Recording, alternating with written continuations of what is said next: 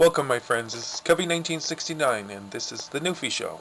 Hello, my friends. This girl, Victoria Grant, 12 years old, amazing speech. Very informative, very knowledgeable.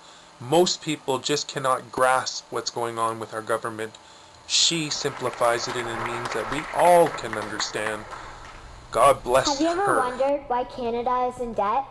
Have you ever wondered why the government forces Canadians to pay so many taxes? Have you ever wondered why the bankers from the largest private banks are becoming wealthier and the rest of us are not? Have you ever wondered why the gross national debt is over $800 billion? Or why we are spending $160 million a day on the interest of the national debt? That's $60 billion a year. Have you ever wondered who receives the $60 billion? What I have discovered is the banks and the government have colluded to financially enslave the people of Canada. I will share with you 3 important points of reference which will hopefully spark enough interest and concern for you to continue the research on your own and to engage your government to stop this criminal act against the people of Canada. First, we will briefly examine the Bank of Canada. Second, we will see how our banking system works today. And lastly, I will offer a viable solution that we can petition our government to implement. A very little known figure in Canadian history is J.L. Grattan McGeer. He was a lawyer, Member of Parliament, and Mayor of Vancouver. His contribution to Canada is probably the greatest in our history. He championed the creation of the National Bank of Canada, whose sole purpose is to create and manage Canada's money. It was formed on July 3, 1934, and owned by all Canadians. Until the 1970s, because of the Bank of Canada, Canada's national debt was held at a constant, manageable level. Until the government decided to implement what we now have as our modern-day banking system that is robbing the Canadian people. So how are they robbing us? Allow me to explain how our private banks and government work today.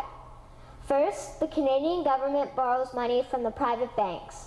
They then lend the debt-based money to Canada with compounded interest. The government then continues to increase taxation of Canadians year after year in order to pay back the interest on the exponentially growing national debt.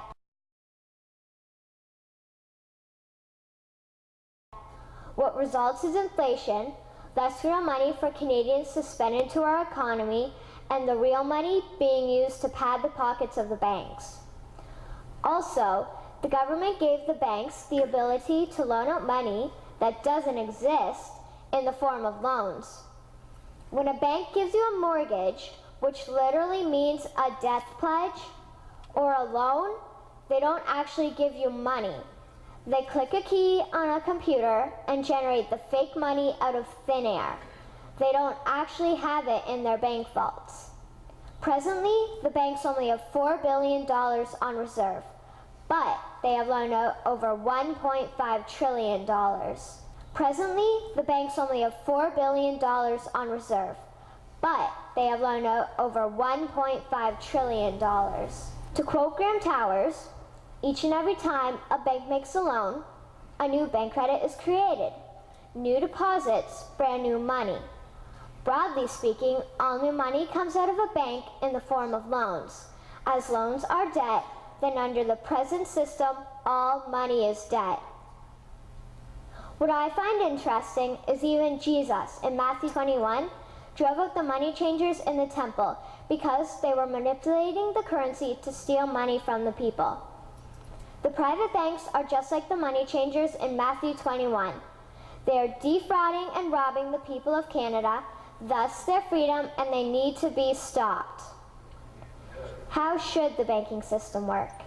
In an infamous interview, Mr. McGeer asked Mr. Towers, "Can you tell me why a government with power to create money should give that power away to a private monopoly and then borrow that which Parliament can create itself back at interest to the point of national bankruptcy?"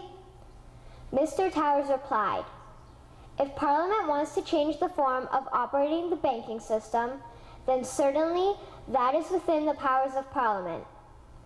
In other words, if the Canadian government needs money, they can borrow it directly from the Bank of Canada. The people would then pay fair taxes to repay the Bank of Canada. This tax money would in turn get injected back into our economic infrastructure and the debt would be wiped out. Canadians would again prosper with real money as the foundation of our economic structure and not debt money.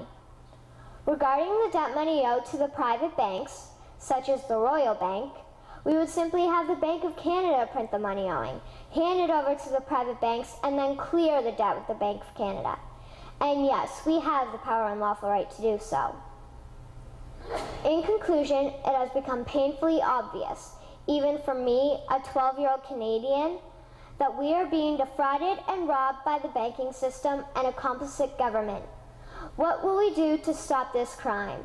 What will we do to ensure that the next generation will live free and clear of the debt-based economy that enslaves them to the banks? Margaret Mead said the following, and I hope that all of you remember this. Never doubt that a small group of people can change the world. Indeed, it is the only thing that ever has. Thank you. I know people who I love that refuse to listen to this information.